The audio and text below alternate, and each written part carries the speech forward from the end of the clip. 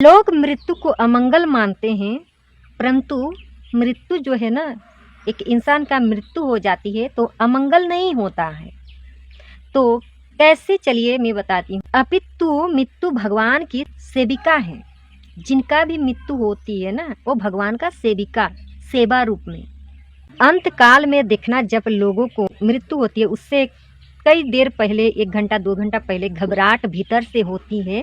वो काल के डर से नहीं, परंतु वो अपने पापों के कर्मों के कारण याद करते हैं।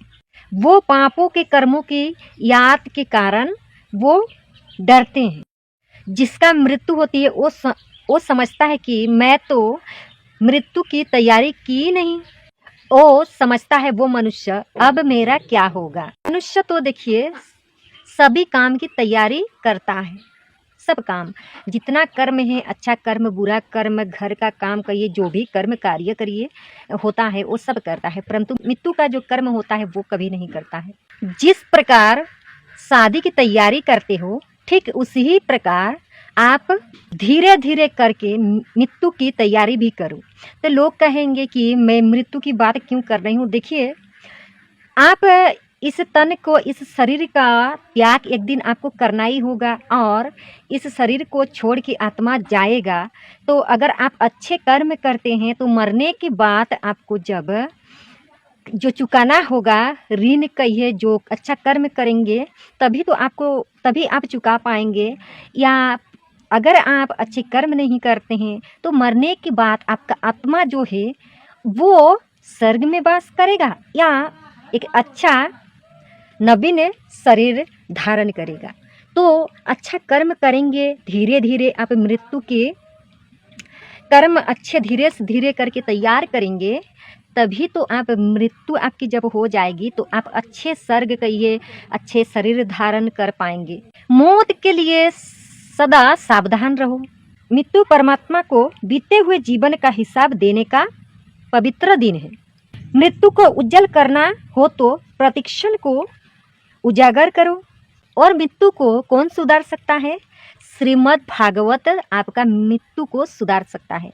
जो भी श्रीमद् भागवत गीता श्रवण करता है, या जो व्यासपीठ पर बैठ के या जो प्रवचन करते हैं और जो श्रवण करता है, उससे आपका जीवन उद्धार होता है। उससे आप एक अच्छा कर्म करने वाले इंसान बन जाएंगे, उससे आप सुधर जाएंगे, उससे आपका मृत्यु का जो कर्म है, मृत्यु का रास्ता बहुत अच्छा से बना सकते हैं।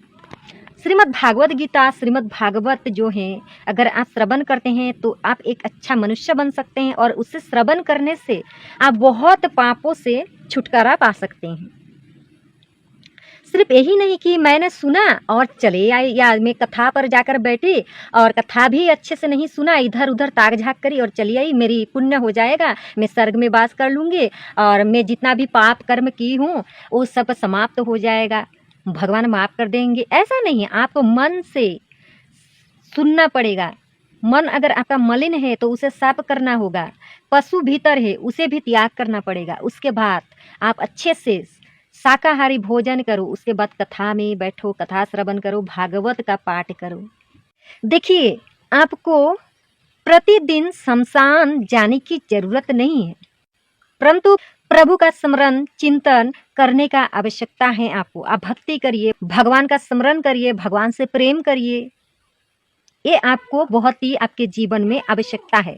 क्या आप जानते हैं भगवान शिव जी कहाँ पर विराजते हैं? भगवान शंकर शमशान में विराजते हैं, जहाँ पर लोगों को जलाया जाता है। जो ये देह है आपका राग हो जाता है चंद सेकंड में, 1 घंटे के भीतर या 3 घंटे के भीतर, वहाँ पर प्रभु शिव जी विराजते हैं। शंकर भगवान कई नाम है, तो वहाँ पर विराजते हैं। आप जानते हैं भगवान शंकर जी जो हैं वो ज्ञान का देवता हैं, ज्ञान का देवता, वो शमशान में विराजते हैं। तो कहेंगे आप कि भगवान शंकर विराजते हैं तो क्या उनका मृत्यु हो जाता है? नहीं, भगवान कभी मरते नहीं हैं, भगवान कभी नहीं मरते हैं, उनका चिता में आग नहीं लगाई जाती है। और भगवान के साथ कितने भी असुर आए, लड़ाई हुआ, परंतु भगवान का पराजित कभी नहीं होता है। जो भगवान होते हैं ना, उनका कोई कुछ नहीं कर सकता है। शमशान में समभाव जागते हैं। आप ज़्यादा नहीं, आधे घंटे के लिए शमशान में जाइए और देखना वहाँ से आपको क्या ज्ञान मिलता है। देखना, आप एक दिन जाइए, भीतर ज्ञान प्रकट होता है शमशान में जाने से। शमशान क्या है? शमशान इसलिए ज्ञान भूमि है। शमशान को देखकर कभी डरना नहीं चाहिए, वो आपकी ज्ञान की भूमि है। और मृत्यु भी सत्य है, मृत्यु कभी झूठ नहीं हो सकता है। हमारे ब्रज वृंदावन जहाँ है, ब्रजवासी जो ब्रज है ना, वहाँ पर ब्रजवासी रहते हैं। वृंदावन में संत ब्रह्मचारी जी की रचना है।